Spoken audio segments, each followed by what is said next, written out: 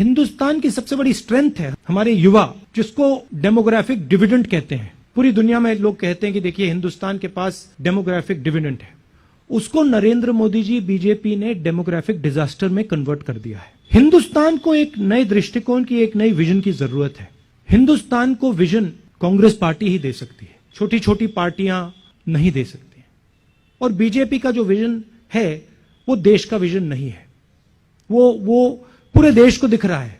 अगर आप कहें कि भाई हम आपको विजन देना चाहते हैं और फिर आपने 40 साल में सबसे ज्यादा बेरोजगारी पैदा कर दी, तो देश का विजन नहीं हो सकता है। तो हम इस बात को एक्सेप्ट करते हैं कि हिंदुस्तान को एक नए दृष्टिकोण, एक नए विजन की जरूरत है और शुरुआत उत्तर प्रदेश से होती है।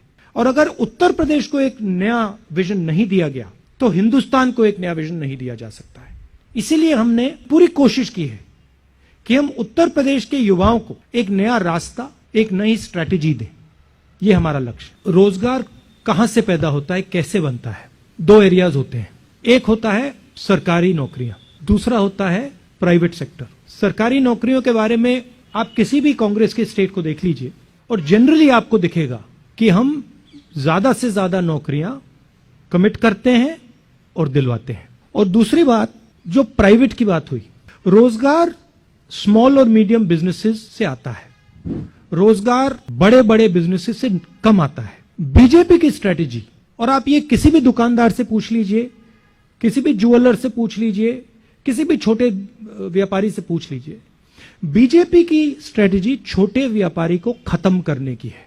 डिमोनेटाइजेशन, गलत जीएसटी, कोरोना के समय उनके सब एक्शंस, मजदूरों के साथ उन्होंने जो कोरोना में किया, इन सब एक्शंस का लक्ष्य स्मॉल एंड मीडियम बिजनेस की रीढ़ की हड्डी को तोड़ने का है और हिंदुस्तान को 5-10 मोनोपोलिस्ट के हवाले कर देने का है। कांग्रेस पार्टी ये नहीं करती है। कांग्रेस पार्टी बैलेंस करके आगे बढ़ती है।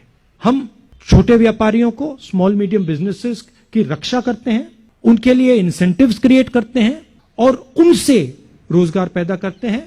और जो लार्ज बिजनेसेस हैं उनकी भी हम मदद करते हैं। अब मैं यूपी का आपको उदाहरण देना चाहता हूं, जो इनके मैनिफेस्टो में है। यहां पे अलग अलग क्लस्टर्स हैं।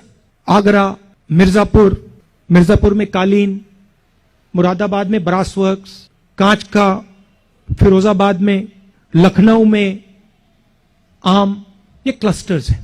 ये उत्तर प्रदेश का धन है। आम को प्रोसेस करने के लिए बीजेपी की सरकार ने क्या किया? जीरो। ब्रासवेयर को डेवलप करने के लिए बीजेपी की सरकार ने क्या किया? जीरो। ये सब क्लस्टर्स को आप देख लीजिए। ये यूपी की शक्ति है। हम इन क्लस्टर्स को अनलॉक करना चाहते हैं। हम इन क्लस्टर्स में जो छोटे व्यापारी हैं, स्मॉल मीडियम इंडस्ट्री है, उनकी मदद करना चाहते हैं और इन क्लस्टर्स के थ्रू हम यूपी को रोजगार दिलवाना चाहते हैं। बीजेपी ये काम कर नहीं सकती है और करना नहीं चाहती। बीजेपी 2-3 उद्योगपतियों को बड़े बड़े कॉन्ट्रैक्ट्स पकड़ाना चाहती है। ये फर्क है। तो आपने कहा कि हमारे स्टेट्स से हमने कौन से उदाहरण लिए हैं। प्रियंका जी ने आपको समझाया कि हमने अलग अलग उदाहरण अलग अलग स्टेट से लिए, मगर मैं आपको कह रहा हूं कि अगर आपकी सेंट्रल स्ट्रेटजी, आपकी नीयत ही गलत है, तो आप रोजगार पैदा ही नहीं कर सकते हो। और अगर आप आज देखें कि 14 करोड़ हिंदुस्तान के युवाओं ने रोजगार खोया है, इसका कारण डिमोनेटाइजेशन, गलत जीएसटी और कोरोना के समय जो सरकार ने एक्शंस लिए वो है। और कांग्रेस पार्टी इस तरीके का काम कभी नहीं कर सकती।